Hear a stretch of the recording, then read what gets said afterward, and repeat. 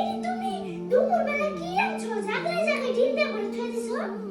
আরে সেদিন থেকে ভাত খাইনি পাগল।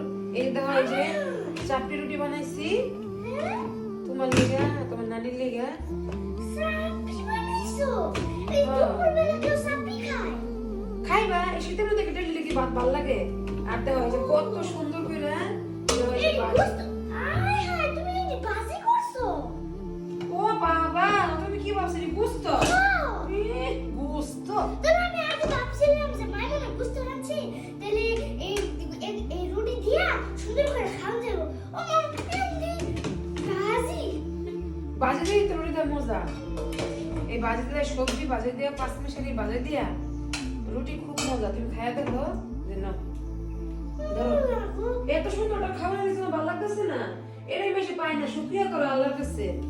আচ্ছা যা দিছো তাই খাই। এই তো আল্লাহর কাছে।